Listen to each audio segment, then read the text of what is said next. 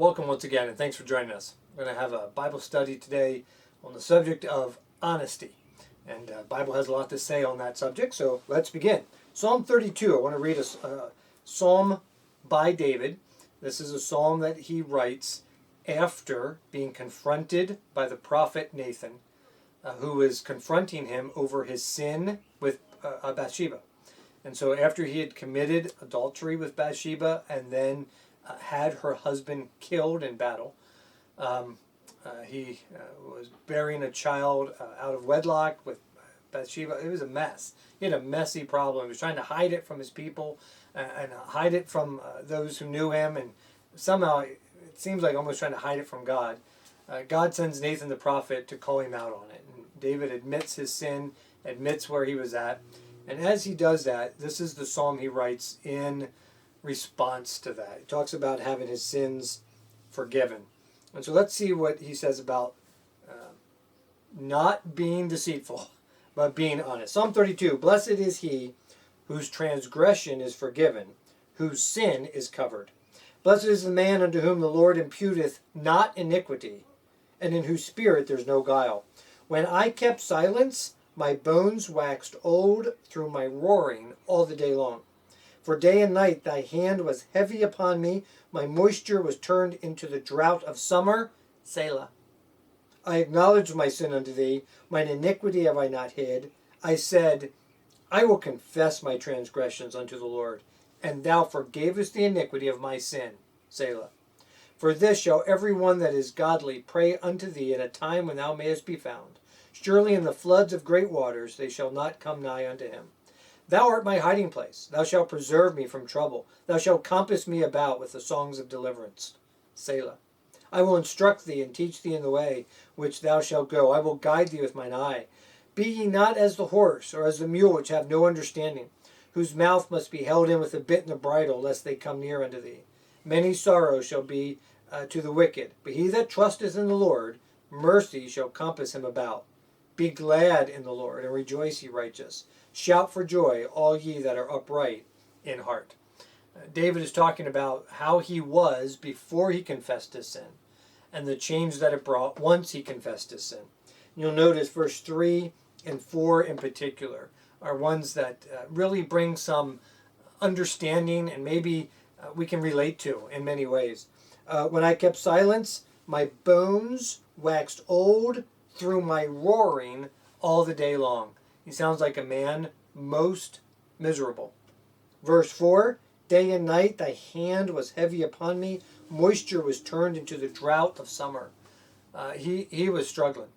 It sounds like it was even affecting the ability of the dryness in his mouth, I think would be the best way to say that. I remember when my father passed away and we were dealing with all that was going on for those first few days and making funeral arrangements, none of us were hungry. All of us were just incredibly thirsty, and we seemed to drink more than ever, and our mouth was always dry.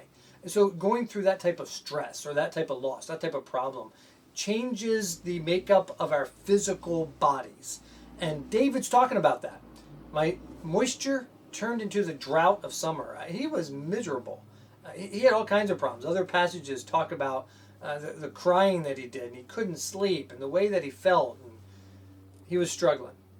But once he was honest before God, and honest before those around him, it changed everything. God forgave him, and he was back in a right relationship with God, and was able to move on and be mightily used of God even after that. Were there consequences for his sin? Absolutely.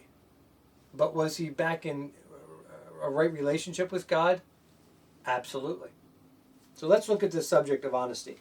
The Bible tells us in 1 John 1, 5-9 that God is light, and in him is no darkness at all. Light shows forth all imperfections. Light highlights the problems that we have. That's why we have bright lights over the vanity in our restrooms, in our bathrooms, right? So that when you're trying to shave or put on your makeup or whatever it is you need to do in there. It highlights the imperfections, so we see what we're doing, so we see what we need to fix, we see what we need to take care of. Light highlights those things. God is light. There's no darkness in him. And yet we try to live in that darkness. We try to hide sin and hide those things that we shouldn't do. We're not to be living contrary to the light that he is. Fellowship comes from walking in the light. David in Psalm 32 was out of fellowship with God. Talks about God's hand being heavy upon him. He was out of fellowship with God, and he knew it. And he had to get back to that place where he was walking with God again. And so that happens when we confess sin, deal with sin, and are honest about our sin. The only person we're really deceiving is ourselves, and that may be a stretch, because we really know. You know, we may think we're hiding stuff, but God knows, and that's all that really matters. The concealing of sin. Let's look at Mark 9, 33 and 34. Mark chapter 9 and verses 33 and 34 tell us, and he came to Capernaum, and being in the house, he asked, "What was it that you disputed among yourselves by the way?" Jesus was asking his followers. But they held their peace, for by the way they had disputed among themselves who should be the greatest. Here's the disciples trying to conceal. They were arguing among themselves. They're traveling to Capernaum. Jesus is with them, but they're not talking to him. They're talking amongst themselves. And they're talking among themselves about who's going to be greatest in the kingdom. Well, I think I'll have this position, or I think I'll have that position. They're all vaulting themselves up in the midst of the discussion. And when they get there, Jesus confronts them about it. He says, "So what were you talking about?" The Bible says they held their peace. They didn't want to answer. They didn't say anything. Why? Because they were arguing among themselves, and they knew it wasn't the right way to handle this situation, and that Jesus already knew all about it. He has a tendency to unmask that which we're trying to cover. He did it with David. He brought the prophet to say, "Thou art the man." He did it with the disciples as they were walking. He did it with Ananias and Sapphira in the book of Acts when they lied to Peter in the first church about what they had done. How about Adam and Eve in the garden? Genesis chapter 3, 8, and 9. God comes down in the cool of the day and, Adam, where are you? Adam and Eve had a habit of communing with God that time of the day. And he comes down this day and they've hidden themselves. They are ashamed because of their sin.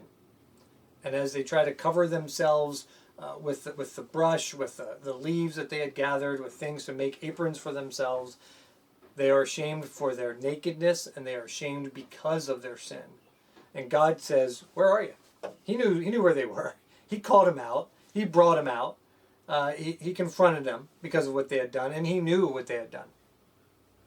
We are accountable for our actions. Luke 12, verse 2. We are accountable for the things that we do, for the things that we say, for the things that we think, for what we do. We're accountable before God. We're going to stand in judgment before God. We better make sure we're using our time wisely for him, and that we are living a life that is pleasing to him. So here's some quick questions on that subject. What is it maybe perhaps that I am being hypocritical with in some area of my life? I say one thing, I do another. I act one way, but inwardly I'm not. I put on a front to some people, but behind the scenes, that's not me at all.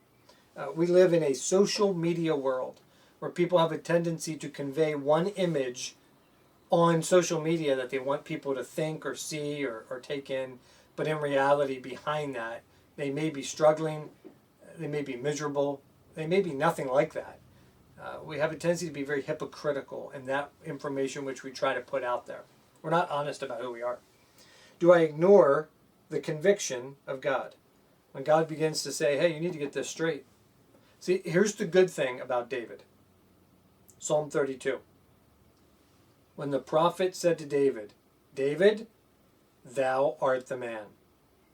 David was in a position and authority where he could have said, "Go away." Right? "Go away, prophet. Off with your head. Get him out of here. How dare you talk to the king that way?" But David did the opposite of that. He said, "You know what? You're right. You're right. and he made things right and got things right. What do we do with conviction? When the Holy Spirit says, we need to fix this. You need to fix this situation, fix this problem, go back and make things right with this person. What do we do with that? Do we ignore it, or do we address the problem and get it fixed? Letter C, do I think more highly of myself than what God knows of me? The Bible talks about thinking of ourselves more highly than we ought to think. There's a lot of that in our world today, right? Again, social media. We can vault ourselves up, make ourselves look pretty good. Seems to be an epidemic today of people lying on their resumes, right? Lying about what they're doing and what they have done, what their accomplishments are, and what their achievements may be. They embellish things. Embellish, nice, pretty, fancy word for lie. Lie about what they've done. Lie about who they are. We try to make ourselves more than we really are. Am I perhaps covering sins of the past? Are there things in my past that I need to address, that I need to get right, that I'm just trying to hope nobody uncovers? Are there skeletons in my closet? If they come out, it might be embarrassing, but I need to deal with the problem. I need to fix the situation. I need to get things right before God and maybe before others. I need to be honest. That was our devotional for the day. Honesty in our walk with the Lord. Hope that's helpful for you today. Thank you for joining us.